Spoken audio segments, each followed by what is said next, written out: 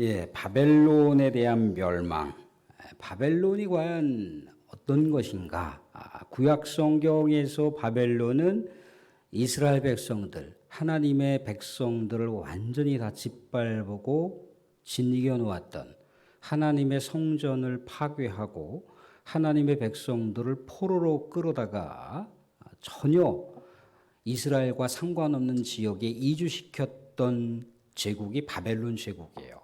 그만큼 끔찍하게 하나님의 백성들을 그렇게 괴롭히고 하나님의 백성들을 핍박했던 적그리스도, 하나님을 대적했던 나라가 바벨론이라고 하는 나라입니다. 근데 바벨론이라고 하는 것을 여기다 기록해 놓는 건 뭐냐면, 유대인들은 바벨론이 이렇게 그리스도인들을 핍박을 했다, 하나님께 대적하는 행위를 했다 그러면 바벨론이라고 하는 이 어휘를 통해서 느낌이 와요. 우리가 일본 제국주의 그러면 일본 놈들 그러면 딱 뭔가 느낌이 오듯이 느낌이 온단 말이죠. 그죠? 근데 이 시대는 구약의 시대가 아니라 어떤 시대인가요? 사도 요한이 핍박과 박해의 고난의 시기입니다. 그러면 바벨론이라고 하는 언급을 통해서 무엇을 얘기하려고 하는지 알게 되는 거죠. 그죠? 바벨론 그러면 그 당시에 그리스도인들을 그렇게 핍박하고 그리스도인들을 죽이고 그리스도인들을 옥에 가두고 고문했던, 그렇게 악랄했던 로마 제국이라고 하는 것을 연상시켜 볼 수가 있어요. 근데 이 로마 제국이라고 하는 것이 얼마나 강력했냐면 모든 나라들을 다 다스렸어요. 모든 나라들에게 영향력을 끼치는 거죠. 그러니까 오늘날 그 거대한 이 땅 가운데 있는 제국의 나라들이 있어요. 그죠? 강력한 나라들이 있어요. 그죠? 뭐 중국이라고 하는 나라, 미국이라고 하는 나라, 러시아라고 하는 나라. 근데 이들과 어떤 정치 역학적으로, 외교 역학적으로 이들과 관계를 맺어야만 21세기 생존할 수 있는 가능성이 많습니다. 그래서 뭐 우리가 대한민국의 외교의 어떤 그 내용들을 보게 되면 뭐 한미 관계, 뭐 한중 관계, 한일 관계, 뭐 그런 여러 가지 관계들을 이렇게 헤아려 보게 되더라는 거죠, 그죠? 근데 그만큼 영향력이 강력하다라고 하는 걸 시사해주고 있고, 또 그만큼 막강하다라고 하는 것을 얘기해주고 있습니다. 근데 오늘 말씀 가운데도 보면 그 바벨론이라고 하는 것이 그렇게 어떻게 보면은 그냥 외형적으로만 제국이 아니고, 그 외형적인 제국에 대한 내용이 성경에서 얘기할 때는 뭘 얘기하려고 하는 거냐면 사탄의 하수인이라는 거예요. 사탄의 세력을 넓혀가는 추종자라는 거예요. 사탄의 도구라는 거예요. 이 땅 가운데 하나님을 대적하고 적그리스도로 살아가는 모든 세력들은 다 사탄과 연결되어 있는 세력이라는 겁니다. 그런데 이 사탄과 연결되어 있는 이 바벨론, 로마 제국이라고 하는 것은 그 당시에 강력한 모든 정치, 군사, 외교적으로 모든 영향력과 위세를 떨치고 있는 이 모든 이 강성한 내용들이 그 시대에 살아가는 모든 사람들의 일상적인 삶까지 구체적으로 연결이 되어 있더라는 거예요. 근데 이게 이제 하나님의 영화로움을 돌릴 수 있으면 상관없지만 하나님께 영광을 돌리지 않는다는 거예요. 그래서 결국 어떻게 됐다는 겁니까? 하나님께서 그 죄악의 잔상 때문에 더 이상 감당할 수 없는 이 죄악 때문에 결국 이 바벨론은 무너진다는 겁니다. 사탄의 영역을 넓히고자 사탄에게 충성을 다하는 이 바벨론 제국, 그 당시에 로마 제국은 무너진다는 거예요. 형태적으로다가 어떤 나라가 무너진다라고 하는 차원도 있지만 이렇게 강력하게 모든 세계 가운데 모든 사람들에게 영향력을 끼치면서 심지어는 그리스도인들을 핍박하고 죽이는 그 행태를 서슴없이 벌이고 있는 이 제국이 무너진다라고 하는 얘기를 해주고 있는데, 여기에 이런 자들이 결탁이 되어 있어요. 오늘 말씀 가운데 9절 말씀 보시면 이렇게 얘기가 나와 있습니다. 그와 함께 음행하고 사치하던 땅의 왕들이 그가 불타는 연기를 보고 위하여 울고 가슴을 치며, 지금 거대한 바벨론 제국이 무너지고 있는데, 거대한 로마 제국이 무너지고 있는데, 거대한 사탄의 세력이 무너지고 있는데, 하나님의 심판을 받아서 멸망하고 있는데, 그 사탄의 세력을 추종하는 강력한 세력이었던 이 제국이 무너질 때 그 제국과 연결되어 있는 땅의 수많은 왕들이 그 무너지는 광경, 비판과 또 멸망당하고 있는 그 광경을 보면서 어떻게 하고 있는 거예요, 지금? 가슴을 치며 울고 있는 거예요. 아니, 하나님한테 회개를 해야 되잖아요. 하나님의 진노의 심판을 받으면 하나님 앞에 두려워서 하나님 잘못했어요, 회개합니다라고 나가야 되는데, 오히려 그 거대한 세상의 어떤 만몬, 세상을 이끌어가는 강력한 세속 가치가 무너지고 있는 그것에 대해서 안타까워하고 있는 거예요. 세상의 왕들이 그러고 있다는 거죠. 그죠? 또 세상의 왕들뿐만 아니라 11절에도 보게 되면은 누가 지금 또 울고 있느냐면 땅의 상인들이 그를 위하여 울고 애통한다라고 나와 있어요. 15절도 한번 보시면 15절에도 이런 얘기가 나와 있습니다. 바벨론으로 말미암아 치부한 이 상품의 상인들이 그의 고통을 무서워하여 멀리 서서 울고 애통하고 있는 거예요.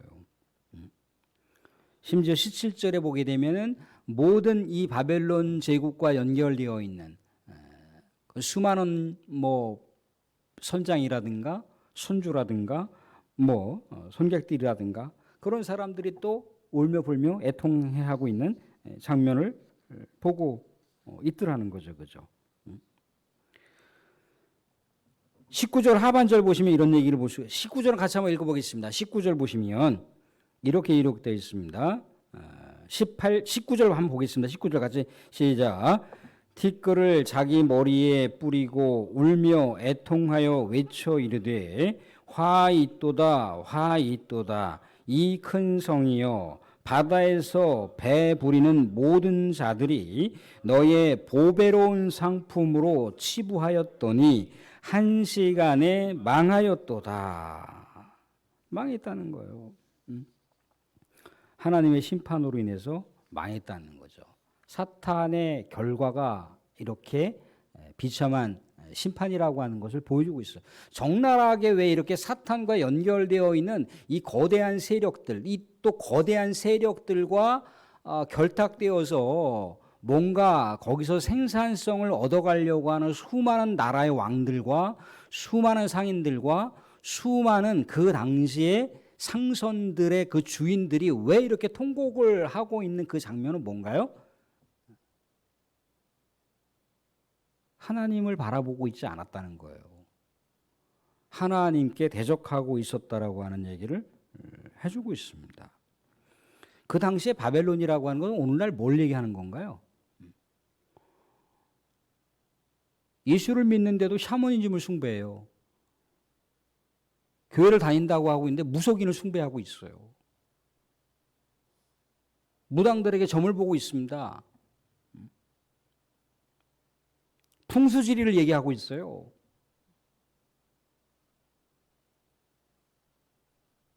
그것을 맹신하는 것. 또 그런 사람들에 대해서 인정을 하고 있는 사람들이 있더라는 거죠.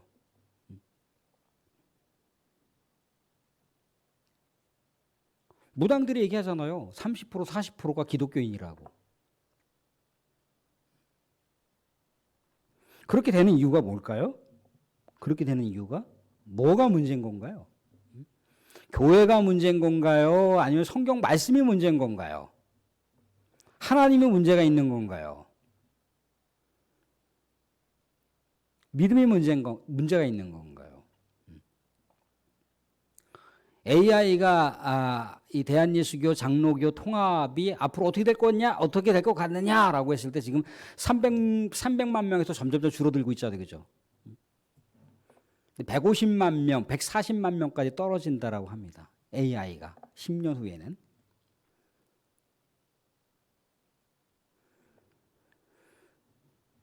결국 뭘 얘기하려고 하는 건가요? 결국 믿음에 대한 얘기를 하려고 하는 거예요. 모든 사람들이 바벨론의 영향을 받고 있다는 거예요. 모든 사람들이 세상의 만몬에 연결되어 있다는 거예요. 하나님 없이 못 살아요. 주님 없이 안 돼요. 라고 입술로는 그렇게 얘기를 하고 있는데 삶의 내용을 보니까 주님 없이도 얼마나 잘 살고 있는지 몰라.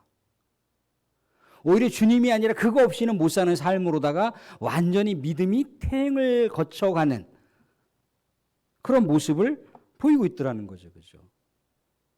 그러니까 나라의 왕들이나 세상의 상인들이나 그 무역 선상에 있는 수많은 선주들이나 선상의 선원들이 탄식을 하는 이유가 뭐예요? 하나님의 심판을 받고 있는 그 거대한 세속 가치가 무너지는 것을 바라보면서 내가 내 인생의 목표를 잘못 뒀습니다, 하나님. 그렇게 하나님 앞에 통해 자복을 해야 되는데 그게 아니라 그걸 무너지는 걸 보면서 아이고 어떻게 저거 무너지고 있어.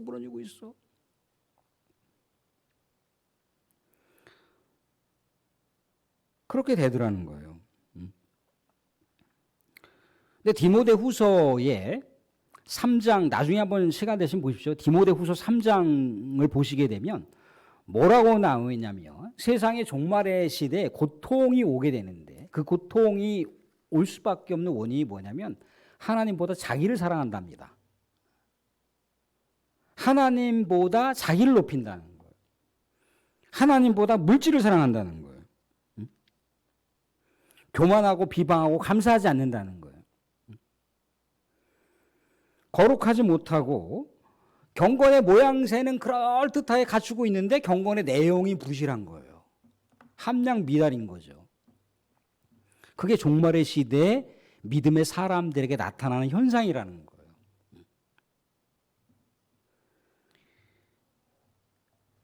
거대한 바벨론이 다스리고 있는 모든 그 영향력권 안에 우리는 벗어날 수 없어요. 우리가 어떻게 미국이라고 하는 나라를 외면하고 이 세상 가운데 이 대한민국이 부를 축적하기 어렵잖아요. 그죠? 또 중국을 우리가 외면할 수도 없고 일본을 외면할 수도 없고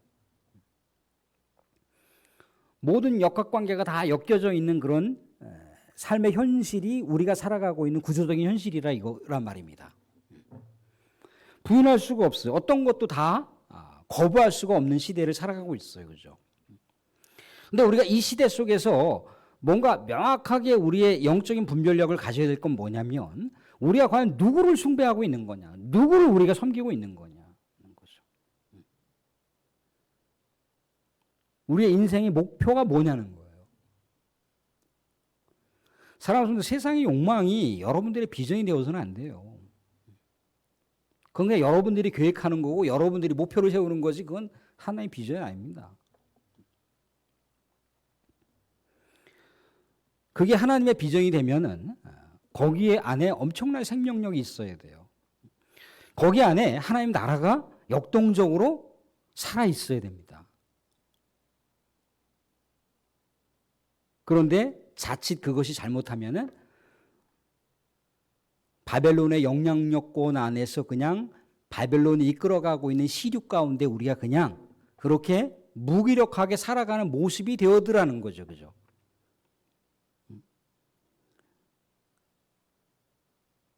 그게 이 세상 가운데 하나님께서 보여주시는 심판에 대한 내용이라는 거예요.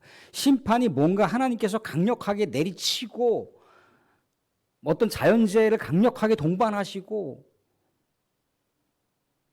뭐 어떤 우주적인 어떤 재앙을 이 땅 가운데 내리꽂으시고 그것만이 심판이 아니고 하나님께서 가만히 내버려 두시는 거예요. 하나님께서 상관하지 않는 거예요. 로마서 1장 보시면 그런 얘기 나오죠. 하나님께서 상관하지 않는다는, 상관하지 않는 것도 하나님의 심판이에요.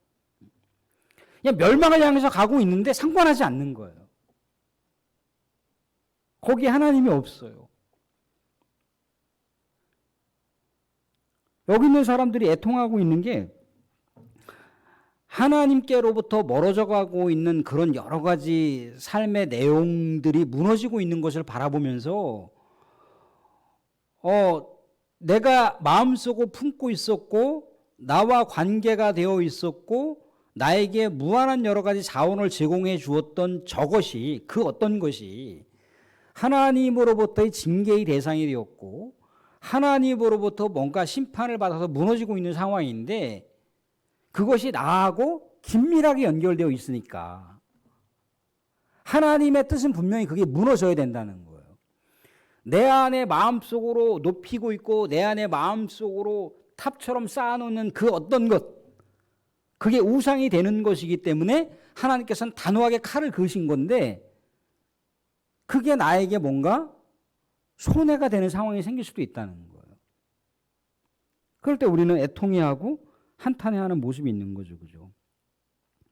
근데 사랑하는 성도, 오늘 말씀 가운데 우리가 주목할 게 있습니다.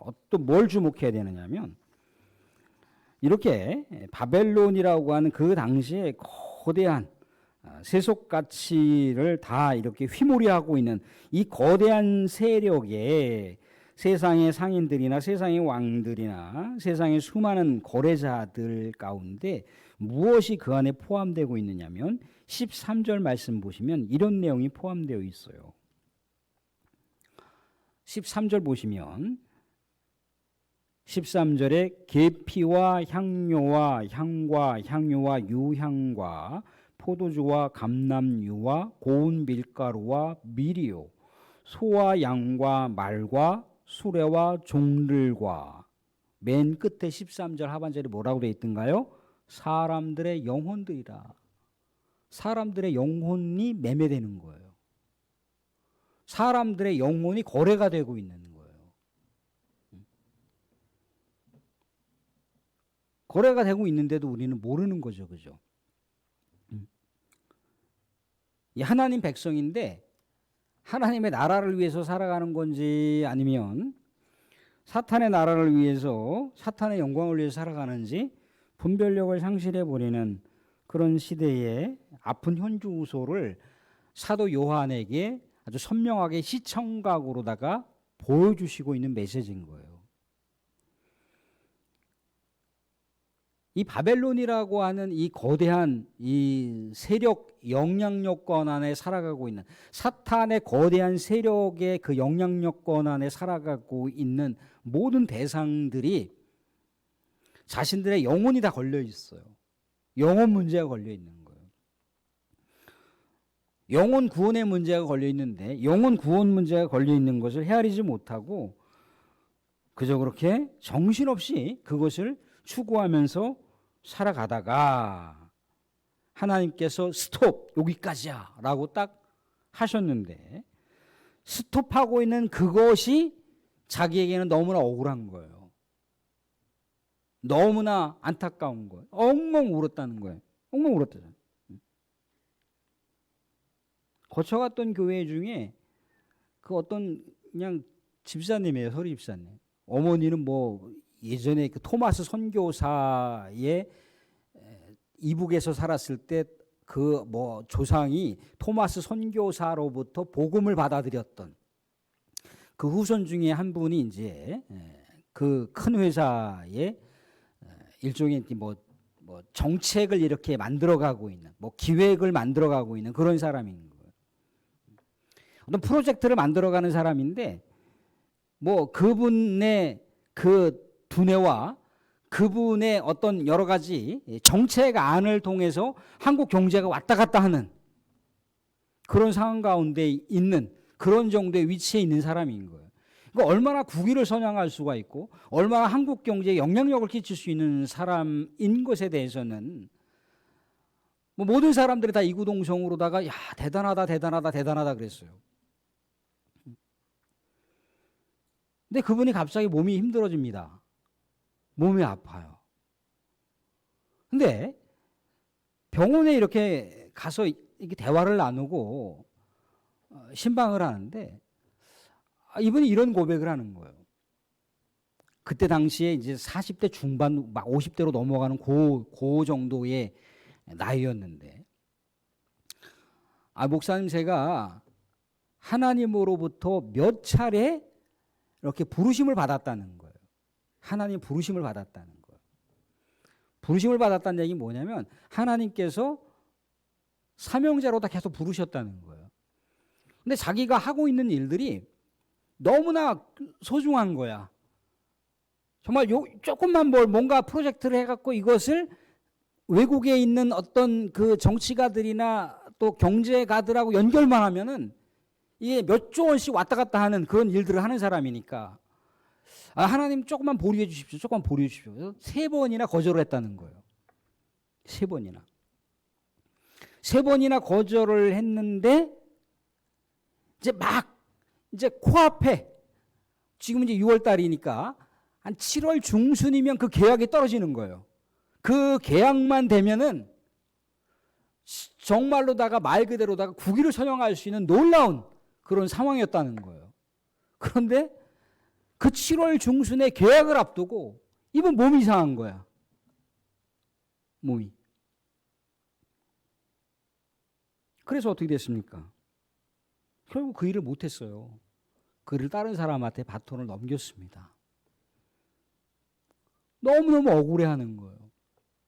하나님 내가 그 일 분명히 내가 성사만 시켰으면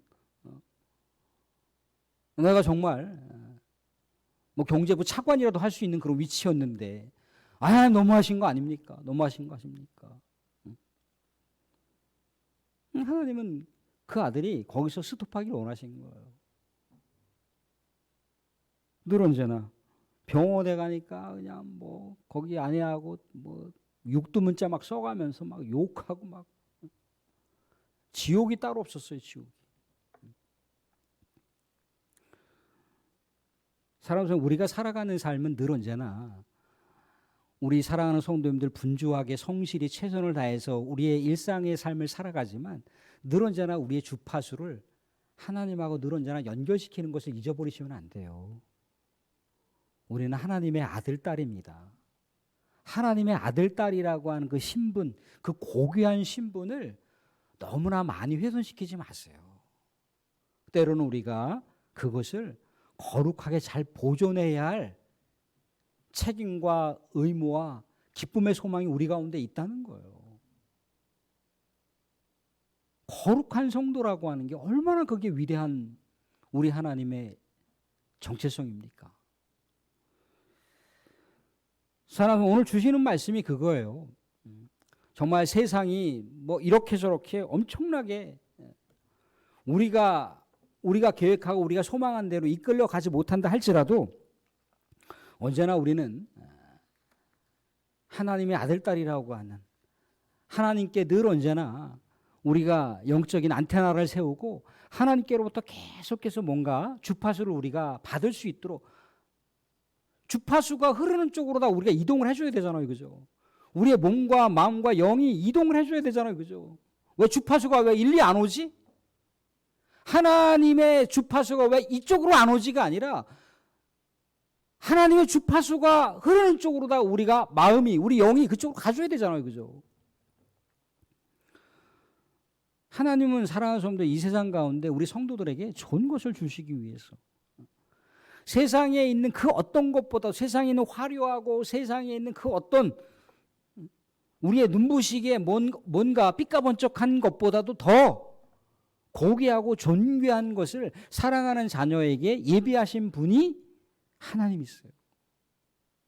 세상에 있는 것으로 사랑하는 성도들 너무나 우리의 몸과 마음이 거기에다가 모든 것을 다 송두리째 묶어두지 마시고 하늘에 더 고귀한 것, 하늘에 더 아름다운 것, 하늘에 더 기쁨과 정말 그 안에 행복이 충만한 것이 있다라고 하는 것을 우리가 늘 언제나 잊지 마시고 우리의 삶의 여정 늘 언제나 주님과 거룩하게 또 경건하게 또 기쁘게 행복하게 동행하는 믿음의 순결한 삶의 여정이 계속해서 이루어질 수 있기를 주님의 이름으로 축원드립니다. 아멘.